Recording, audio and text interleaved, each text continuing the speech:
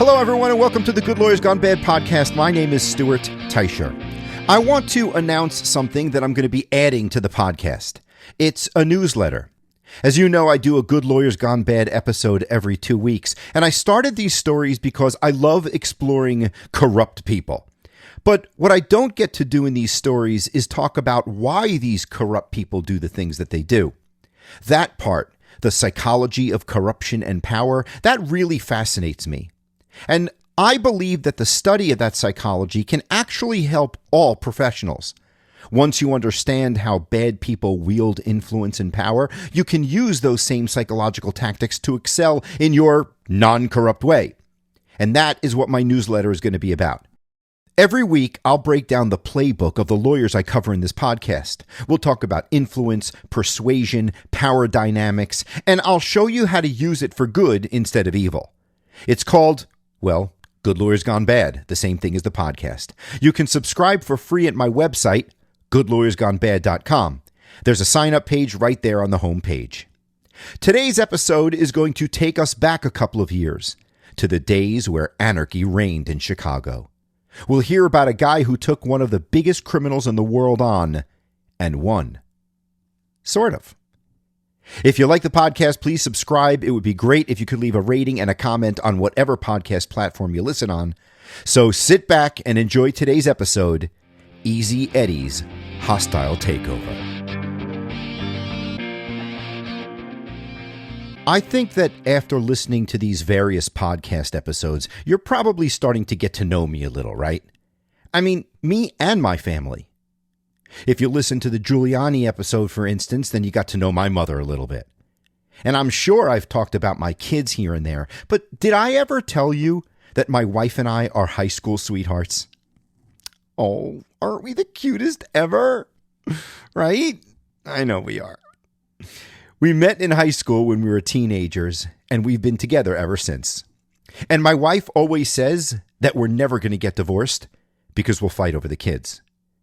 She wants me to take them, and I want her to take them. That joke worked a lot better when my kids weren't adults, but it's too funny not to keep using. Anyway, we were high school sweethearts, but we didn't get married in high school. That came years later. But Eddie O'Hare got married that young. Well, almost that young. Edgar Joseph O'Hare, who went by EJ or Eddie, he married the love of his life, Selma Goth, when they were just 19 years old. Okay, it was the 1920s, so maybe that sort of thing wasn't so unusual then, I don't know. But those two kids started a storybook life together. The young lovers lived in St. Louis, Missouri, and they built their family quickly. They had 2 daughters, Patricia and Marilyn. But if you asked anyone who knew the couple, they'd probably tell you that the apple of Eddie's eye was his son, little Edward O'Hare, whom everyone called Butch. Eddie, Selma, and the kids all lived in a small apartment above Selma's father's grocery store where Eddie worked. I mean, seriously, it sounds like a TV show, doesn't it? Well, being the son-in-law of a grocer apparently wasn't Eddie O'Hare's goal in life. No, you see, Eddie was on a mission to be rich. And not just rich, Eddie wanted to be super rich. The problem was, getting very wealthy wasn't going to happen schlepping groceries. Eddie must have seen his father work long hours in that grocery store just to grind out a meager existence. He seems to have realized that that life wasn't for him. Eddie figured that if he wanted to make a real living, he had to become a professional. So, Eddie went to college and law school at night. Eddie's son Butch would remember his father coming upstairs after working long hours in the grocery store, scarfing down dinner super quick, and then running off to night school. To Eddie's chagrin, his son Butch didn't quite have the same drive to work that he had. Eddie would get incensed on days when he'd come home from work, get ready to shuffle off to school and have something quick to eat. Meanwhile, his son Butch is lying around the house doing nothing. And the more Butch just lounged around, the more angry it made Eddie. Eventually, he broke and sent his son to military school. While Butch was off learning how to be a soldier, Eddie would eventually earn his undergraduate degree and then his law degree from Washington University in St. Louis in 1923. Once Eddie was out of school, he had a decision to make.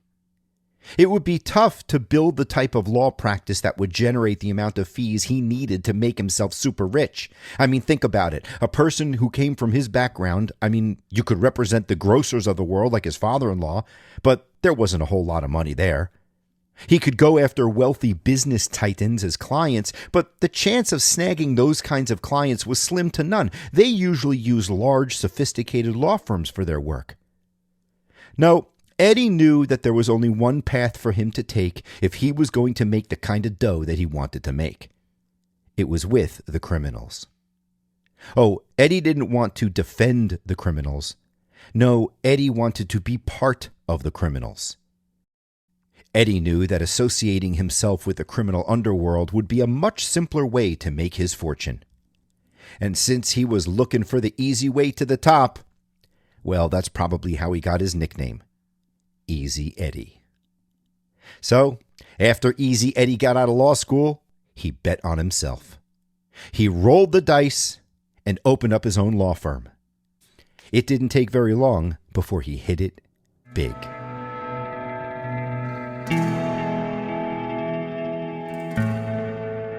When people hear the word Custer, they all think the same thing, or at least they should think the same thing.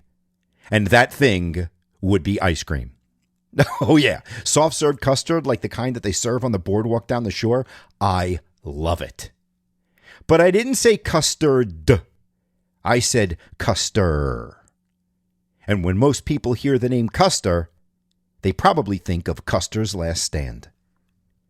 George Armstrong Custer was a soldier during the United States Civil War. He wasn't exactly the best soldier out of the gate. As a cadet at West Point, he graduated last in his class from the famous military academy. It seems that back then, Custer was known for being more of a prankster than a scholar. But Custer's performance in the classroom would not be indicative of his performance as a soldier, for it was on the battlefield that George Armstrong Custer excelled. Custer became known as a shrewd and fierce military leader. So much so that he rose up through the ranks swiftly, and by his 23rd birthday, he had already been promoted to the rank of brigadier general. And during the United States Civil War, Custer found himself in the thick of things. It was Custer's forces that blocked the final attack made by the famous general from the South, Robert E. Lee. And Custer was in the room when General Lee ultimately surrendered to Ulysses S. Grant. Of course, Custer might be best known for what happened after the Civil War. During the Indian Wars of the late 1800s, General Custer was facing warriors loyal to the famous Native American Sitting Bull. In June of 1876, in what is now known as the Battle of Little Bighorn, General Custer made a disastrous military decision that led to the decimation of his troops and ended up getting himself shot and killed as well. That's why when most people hear of the general, they think of that event, an event that has come to be known as Custer's Last Stand. But George Armstrong Custer did not only play a pivotal role in the military history of the United States. Custer also played a pivotal role in the sporting history of the United States. And that's where his contribution has largely been unknown. During the Indian Wars, General Custer's troops were making their way through the Midwest, and that's when they ran into a problem. Varmints. Whether it was coyotes or wolves or even jackrabbits, those pesky animals were wreaking all sorts of havoc on the general's forces. But things changed when he was in Kansas. Someone told Custer about an odd animal that they saw somewhere else in the country that could probably fix his problem. It was an animal that only a few people in the United States had actually ever seen. It was ferocious, and it was quick, and it was sure to keep the pests away from his troops. That animal was a greyhound dog.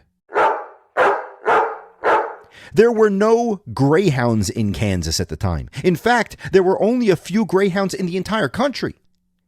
The only way for Custer to find out if that breed of dog would help him would be to import them from England. So that's what he did. Custer brought in several dozen greyhounds into Kansas and used them to hunt all the animals that were annoying his troops. And the greyhounds worked out perfectly. They worked out so well that the local farmers took notice. Farmers in the plains also had a problem with varmints, jackrabbits in particular. So local farmers started to buy greyhounds that they used to catch and kill those jackrabbits, and the dog's popularity exploded. To this day, Abilene, Kansas calls itself the greyhound capital of the world, and it boasts an entire museum devoted to the dog named the Greyhound Hall of Fame. The vast open prairies of Kansas gave the greyhound a ton of room to run. Locals soon realized that the dog was able to run as fast as 45 miles an hour. Did you ever see that movie from the 1970s, Airplane? I think it's actually Airplane 2, where they have that information booth and people are going up there and asking all sorts of questions. And it's kind of funny because you think they're going to ask questions about the airport, right? So one guy walks up and says, "Can I park in the white zone?" And the airport employee answers, "Yes, you can." The next one says, "Where's the baggage claim?" "Down one floor." The third guy asks, "What's the fastest animal in the world?" "The cheetah." Well, apparently the greyhound is second fastest only to the cheetah. And it was the speed of that dog that gave the locals in Kansas in the 1800s a bit of an idea. What if they raced them? Sounds like a good idea, right? I mean, the entertainment options for people running farms in the Midwest in the late 1800s were probably somewhat limited. So dog racing might be fun. The problem is, dogs don't run like horses. You can't throw a jockey on top of one, whip it on the hindquarter, and then take it around a track. So the locals decided to give the dog something to run after. And they chose the greyhound's nemesis, the jackrabbit. In these informal races called dog coursing, jackrabbits would be let loose, and two greyhounds would race to see who could get the animal first. Whichever caught the jackrabbit was the winner.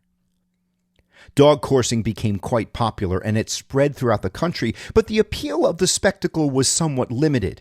And that's because while watching a dog race was surely fun, watching the end of the race was disgusting. When the winning greyhound caught the jackrabbit, the dog killed it ferociously. And it wasn't just awful to watch. Apparently, the sound of the dog killing the jackrabbit was horrible. Some attendees said that the cries of the rabbit sounded like the screams of a small child. But things changed for the burgeoning sport one day in South Dakota. In the early 1900s, Hot Springs, South Dakota consisted of nothing more than a railroad stop near several ghost towns. Those towns were probably hopping during the time of the gold rush only a few decades earlier, but once that gold dried up, there didn't seem to be any reason for people to come through Hot Springs, South Dakota anymore. Well, the Hot Springs Chamber of Commerce wanted to fix that. The Chamber of Commerce hired a guy named Owen Patrick Smith to think up some sporting events that they could put on in Hot Springs to attract people to the area. And during his efforts to find an attraction, Mr. Smith came upon dog coursing. The only problem was, well, it was disgusting. But Smith had an idea. What if the greyhounds weren't chasing a real rabbit? What if it were a mechanical rabbit? That would work out perfectly. The only problem was that didn't exist. So Owen Patrick Smith decided to invent one. It would be a lot harder than you'd think, and that's because these are the early 1900s and technology was a little bit different than it is today. Despite the obstacles, by 1907, Smith had a basic design. But because of those technological obstacles, it wasn't that good. But it did the trick. It was basically a small railway track buried in the ground, with a small car running along that track with an arm extending out holding a stuffed rabbit skin. That apparatus worked, but just barely. In fact, while it seems almost silly, developing the right kind of mechanical bunny was critical to the viability of the entire track. If the decoy was too slow, the dogs would run into it.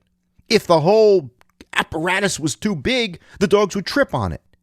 If it were placed in the wrong place, the dogs couldn't see it. I mean, think about it. These things were huge. They were small engines on a single train track. Over the years, the dog racing industry floundered because dogs were constantly getting injured by these poorly designed mechanical rabbits. That's why Owen Patrick Smith devoted so much of his career to struggling with creating a lure that worked well. He was constantly tinkering with the device and making changes throughout his long career. Owen Patrick Smith would basically go on to be the father of dog racing in the United States. He created the International Greyhound Racing Association, which governed the dog racing world. He opened tracks in the western part of the country and then way down in Florida. Now, all that might be interesting, but why are we talking about him? The reason Owen Patrick Smith is important to our story today is because the successful dog racing entrepreneur was the first big client of lawyer Easy Eddie O'Hare, who was starting out his practice while living in an apartment above his father-in-law's grocery store in St. Louis, Missouri. Owen Patrick Smith was expanding the dog racing operation into the Midwest, and somehow he got hooked up with Easy Eddie. For Eddie, Smith was the perfect client. Not only was he a successful entrepreneur in the dog racing business, but he was hooked in with all the people who could help Easy Eddie make that easy money. You see, the real reason the dog racing business was so successful wasn't because it was fun to watch those dogs run fast. No, it was fun to bet on those dogs who ran fast. The entire industry was powered by illegal gambling. Smith had originally thought he'd be able to make his wealth from the attendance at those races and other types of legitimate revenue sources. But it didn't take long for him to figure out that that wasn't going to cut it. He realized pretty quickly that the only way to true financial success in the dog racing business was through gambling. And since gambling wasn't legal in most places, Smith had to marry himself to the underworld. That reality must have made Smith's stomach turn. He was a businessman, not a gangster. But it didn't matter. Owen Patrick Smith had to bury whatever bad feelings he had about getting into bed with the bad guys and just keep pushing forward. Ulcers be damned.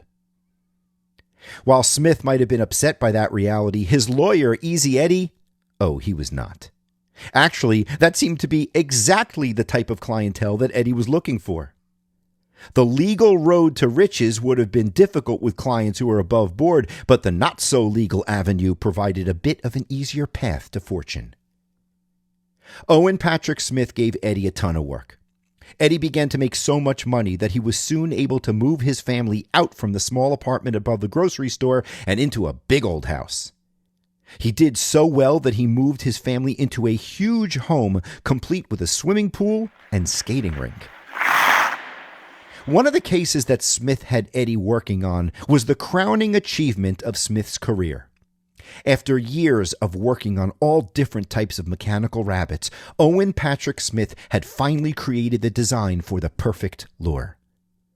Smith had finally figured out how to create the lure in a way that would revolutionize the entire dog racing industry. So Smith hired Eddie to process the application for a patent for his new mechanical rabbit. But Owen Patrick Smith would never see that patent in action. That's because in 1927, things caught up with him. All the years of hustling in the dog racing industry and all the years of being part of the underworld of illegal gambling took its toll on Smith's psyche. The pressure of constantly running from the law and cavorting with all manner of bad guys seems to have gotten to him, and in 1927, he had a nervous breakdown. Not too long after suffering that mental episode, Owen Patrick Smith passed away. While Smith's family mourned the loss of their patriarch, Smith's lawyer decided it was time to pounce on his client.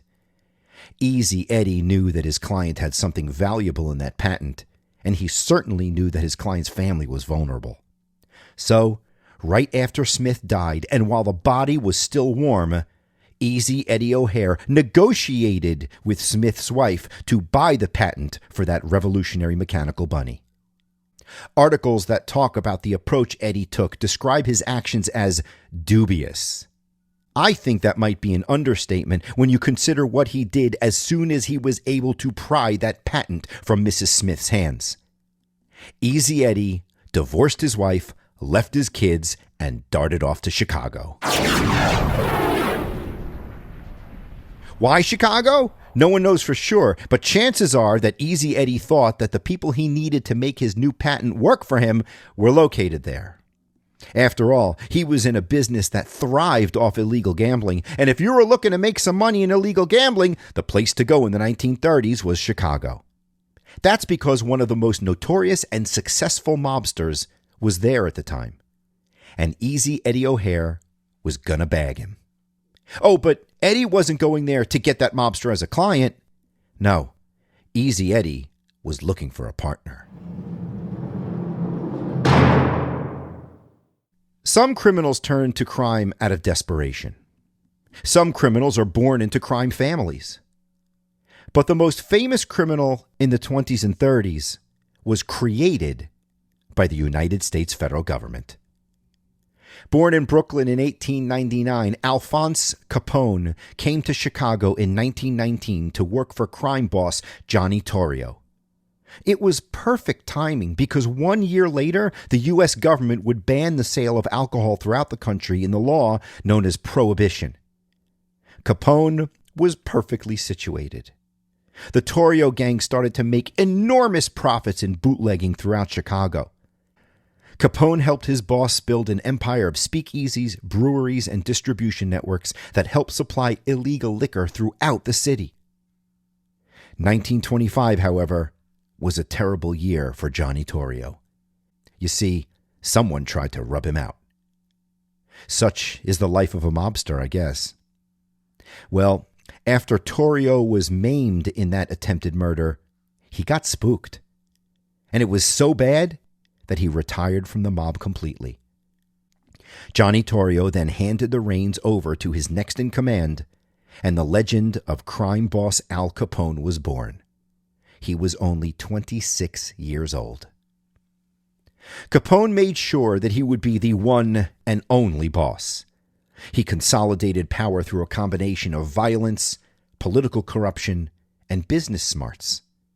He bribed politicians, he bribed judges, he bribed police officers, and all of that was to make sure his operations ran smoothly. And those who couldn't be bought were intimidated or eliminated. Most infamously during the St. Valentine's Day Massacre in 1929, when his men killed 7 rivals. Everybody knew that Al Capone was a criminal. Everyone. Law enforcement, everyone knew. In fact, for years the federal authorities tried to get Capone on any number of charges. They tried to nail him for murder, they tried to get him for bootlegging, racketeering, you name it. But they could never make anything stick. Witnesses were too terrified to testify, evidence disappeared, and bribed officials created an impenetrable shield around Capone. The only thing that happened was Capone grew in power and influence. Al Capone's crew basically made money 3 ways. One was shaking down people for money through extortion. They'd go up to a shopkeeper and say, "Hey, you got a nice little store here. It would be a shame if something happened to it." And then you'd pay him off and they'd leave you alone. The other way they made money was illegal gambling. Oh, there's lots of money in that. Finally, and most importantly, was bootlegging. When the United States government banned the sale of alcohol during Prohibition, the criminal underworld stepped in to fill the unmet demand. Basically, the United States Congress made Al Capone a multimillionaire. And it was at that time, when Capone's power was at its height, that Easy Eddie O'Hare strolled into Chicago. Now remember, Eddie wasn't coming into town empty-handed. Oh no, he brought with him years of knowledge of the dog racing industry, a wealth of contacts in that business, and a revolutionary new patent that would ensure the financial success of any racetrack he worked with. Eddie's timing could not have been any better. Al Capone already had a substantial gambling business, but dog racing? That could take things to another level. Capone saw how much money people were making in the sport out on the West Coast and down in Florida, but nobody was doing it in Chicago. And that's probably because no one knew how. That was until Easy Eddie showed up. And that is why Al Capone took a shine to Easy Eddie really quickly. And once Eddie started to deliver on creating the dog racing apparatus, he quickly became a crucial part of the Capone empire. It's important to understand Easy Eddie's relationship with Al Capone. Sure, he did some legal work for the gangster, but Eddie O'Hare didn't see himself as Al Capone's lawyer. He didn't see himself as Al Capone's henchman, and he certainly didn't see himself as Al Capone's underling. Easy Eddie saw himself as Al Capone's rival. Yeah, that's because while Eddie was working for Al Capone, he was simultaneously building an empire of his own. Eddie is credited with single-handedly bringing dog racing to Chicago. No one in the Capone crew had any idea how to run the dog racing industry. Easy Eddie was the king, and he built the dog racing industry almost completely on his own. He created the lucrative Sportsman's Park racetrack. He helped create another called Hawthorne, and he put together deals on several more in the Chicago area. And you have to see pictures of these things. These aren't dinky little tracks that you'd see in some backwoods somewhere, you know? These are major facilities like Belmont or Churchill Downs. These were huge places. And like I said, Eddie wasn't just the lawyer in those deals. He was an integral part of these businesses. In one case, he actually became president of the track located in the Chicago suburb of Cicero. There were so many tracks being built in the area that he had to get his pilot's license to shuttle himself between the tracks to manage them efficiently. Interestingly, that's also how he stayed close to his son, Butch. Every once in a while, his son would come to Chicago and accompany Eddie on those trips. Because of the time that Butch spent with his father in that airplane, Butch developed a love of flying.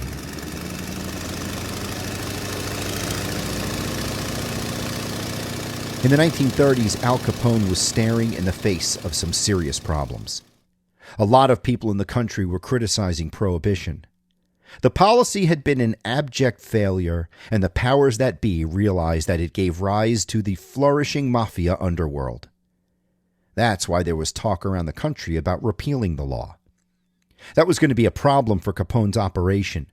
Losing the bootlegging business would mean that one of the three legs of the underworld would be cut off. But while that was bad news for Al Capone, it was good news for Eddie O'Hare. Al Capone's empire was heavily reliant on the money they made from gambling, and at that point, most of the money from their gambling operations came from the dog tracks. Well, if Prohibition was repealed, then the dog track gambling arm would be even more important. And that made Easy Eddie's value skyrocket. Eddie knew he had the upper hand. Eddie knew that Capone couldn't maintain his empire without his dog tracks. And it couldn't be done without Easy Eddie running it all. He was the only one who knew how to operate that part of the Capone empire. And when Eddie got to thinking about it, he realized, Capone's empire? Why should it be called part of Capone's empire? Isn't that part of the business Easy Eddie's empire? As his dog tracks gained in prominence in their particular mob, Easy Eddie took a larger role in everything. In fact, the New York Times once reported that he became known as the frontman for the entire crime syndicate. And that put him in a perfect position for what was to come next.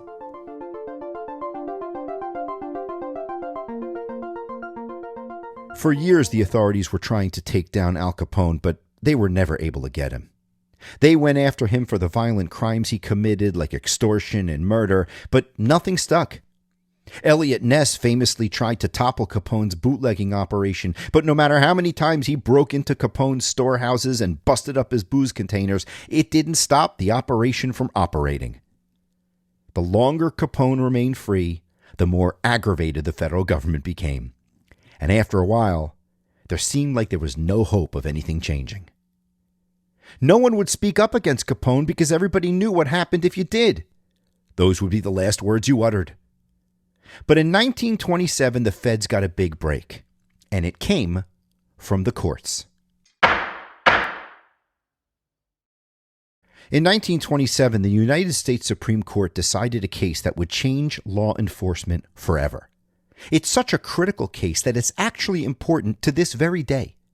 The case was United States versus Sullivan.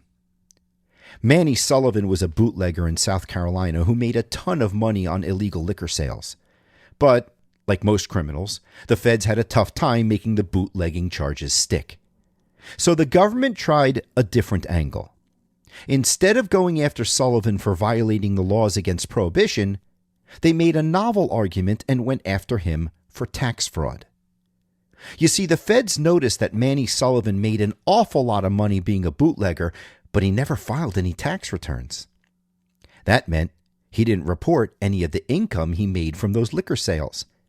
Failing to report that income was a crime, so they argued that Sullivan should go to jail. Sullivan's defense was actually pretty clever. He argued that the Fifth Amendment of the Constitution protected him from self-incrimination. He claimed that if he declared his bootlegging income on a tax return, he'd essentially be confessing to a crime.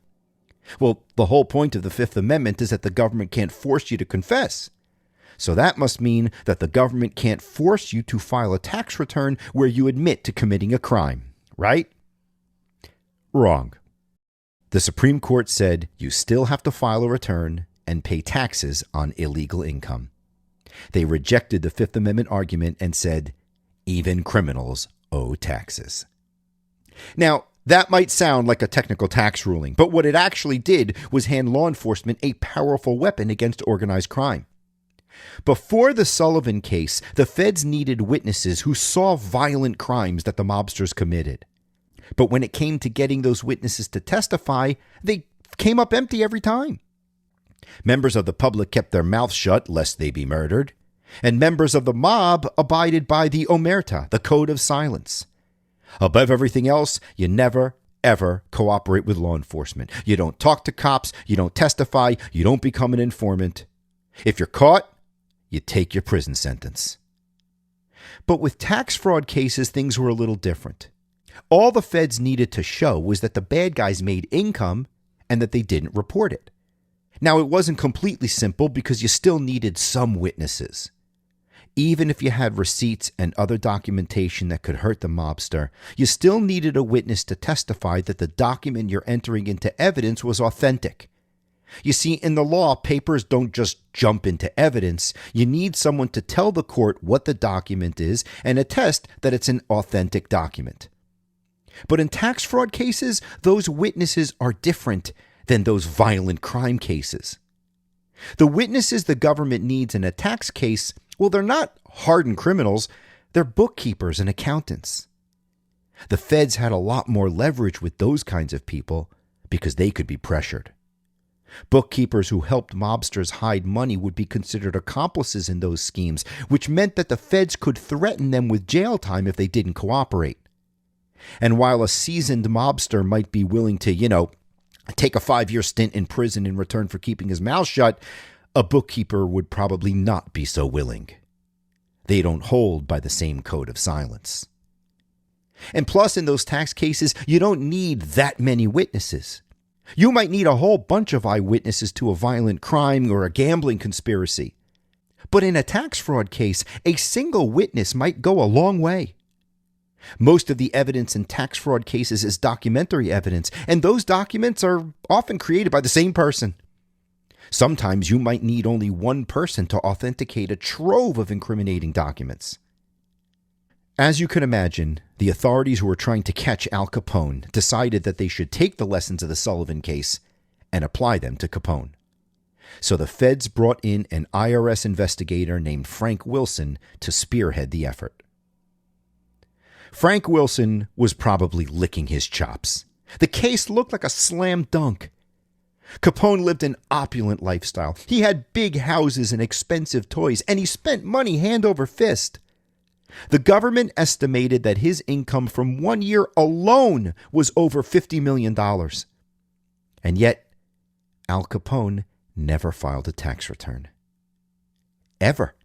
He never filed a return, he had no bank accounts, and everything he bought was paid for in cash. And there was something that made the case even easier. They didn't even have to prove that he made all those millions of dollars.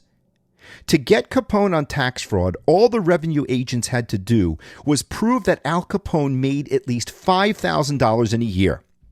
That was the amount of the standard deduction at the time. So if Capone made even $1 more than the standard deduction, if he made $5,001, then he would have been required by law to file a return, and the failure to do so would have been tax fraud. IRS agent Frank Wilson got to work. Throughout the summer of 1930, Wilson and his agents examined close to 2 million documents that were seized from various raids on Capone throughout the years. They found mountains of evidence showing that Capone made all kinds of purchases: furniture, shirts, diamonds, even limousines.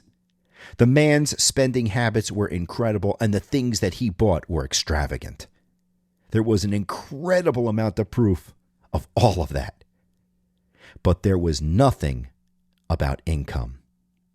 The IRS couldn't prove that Al Capone made even a nickel. After running himself ragged over an entire summer, Frank Wilson was ready to give up. I mean, how many millions of records does one have to go through unsuccessfully before you admit you're beat? Then, one night, Frank Wilson was going through a bunch of evidence that was seized during a raid of a dog track in the Chicago suburb of Cicero. And that's when the IRS agent stumbled upon 3 ledgers. And when they read through those ledgers, they realized they hit the mother lode. Those ledgers revealed a massive gambling operation. Inside those ledgers, there were all sorts of figures, information about collections and payments and betting amounts, all sorts of details, including a particular column that listed several amounts of cash payments, along with a notation stating that money was being sent to someone named Al. This was it. Agent Frank Wilson knew that he had the smoking gun. But he wasn't home free. That smoking gun was useless unless he could find the person who pulled the trigger. Wilson needed to find the bookkeeper who made those notations in the ledger. He needed that person to testify that the ledgers were legitimate and that the Al referred to in those ledgers was actually Al Capone.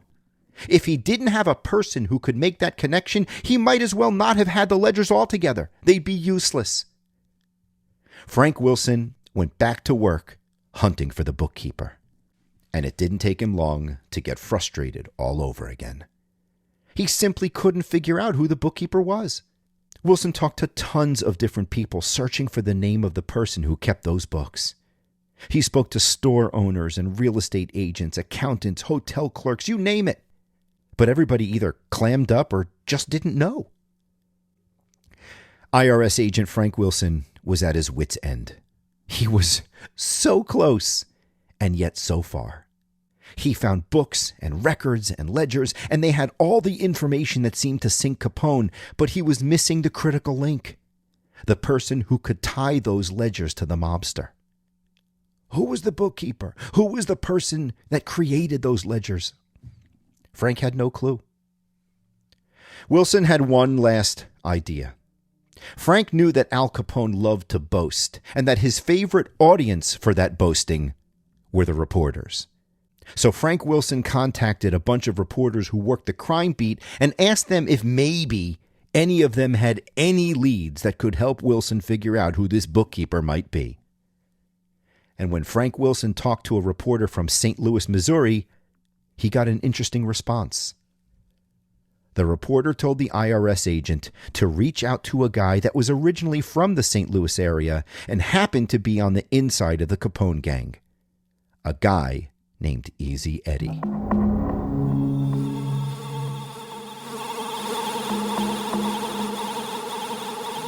Easy Eddie was summoned to a meeting with IRS investigator Frank Wilson. The men met for lunch at the Missouri Athletic Club in downtown St. Louis. Now remember, Eddie O'Hare was a lawyer, and a sharp one. And lawyers are trained to read the room and to understand leverage. So as Eddie sat across the table from the federal officer, he was probably sizing things up. Eddie knew that he didn't have to worry about the feds having any evidence on him personally. If they did, he and this IRS agent wouldn't be having a civil conversation sitting in a nice restaurant with napkins on their laps. It would be a far more contentious conversation being conducted in a police station while Eddie had handcuffs on his wrists. It was at that moment that Eddie realized something crucial. He was in control. The reality was, the feds needed Eddie. He knew it, and so did they. Eddie let the IRS agent make his case. As Frank Wilson spoke, Eddie listened intently, silently. And when Frank Wilson was done making his case, Eddie left. That night, Eddie thought about what he was being asked to do, and he realized this was the opportunity of a lifetime. This was finally Easy Eddie's opportunity to be the boss. And that was always the goal. It was the goal that Eddie had while he was taking those night classes living above his father-in-law's store. It was the motivation in his heart when he, let's face it, probably screwed Owen Patrick Smith's wife out of that patent for the mechanical rabbit. It was the dream he had when he made the move to Chicago, and it was the reason he sought out a guy like Al Capone to partner with in the dog racing business. Easy Eddie always had one goal: to be the boss. He couldn't be that boss until his rival was out of his way, and this was probably the best opportunity to make that happen. The next day, Easy Eddie sent IRS agent Frank Wilson the names of two men. One was the bookkeeper who made those notations in the ledger. The other was a guy who periodically carried sacks full of cash into banks, purchased hundreds of thousands of dollars in cashier's checks, and delivered those checks to Al Capone. Al Capone had an incredible trial. There was jury tampering, there were bribes. It was so insane that it became the subject of movies like The Untouchables with Kevin Costner and Sean Connery. When the trial finally ended on October 18, 1931, the jury took only 8 hours to arrive at their verdict. Guilty. Several days later, the judge imposed the sentence, and Al Capone got 11 years in jail. At the time, it was the longest term ever handed down for tax evasion. Capone served some time in federal penitentiaries in Atlanta, as well as the infamous Alcatraz.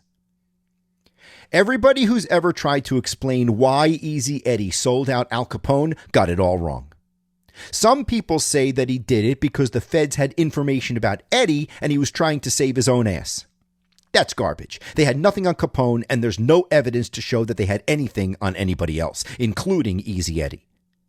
Some people think that Eddie turned on Capone because his conscience got to him. They say that all the years of doing bad things was just too much. Yeah, fat chance. There was nothing in Eddie's life that indicates that he experienced anything that even comes remotely close to a come-to-Jesus moment. Other people think that Eddie turned on Capone because he was trying to help his son Butch. And you know something? This one actually has some legs to it. Remember, Butch went to military school and he started to really like flying. Butch apparently wanted to go to the Naval Academy at Annapolis to be a pilot. But in order to do that, he needed to get a recommendation from a congressman. Some people think that Eddie made a deal in order to get that recommendation for his son, and that explanation is at least plausible because Eddie's son Butch did get admitted to the Naval Academy eventually. But the people who posited all of those motivations for why Easy Eddie turned in Al Capone are all wrong. And that's because they don't know who Easy Eddie really was.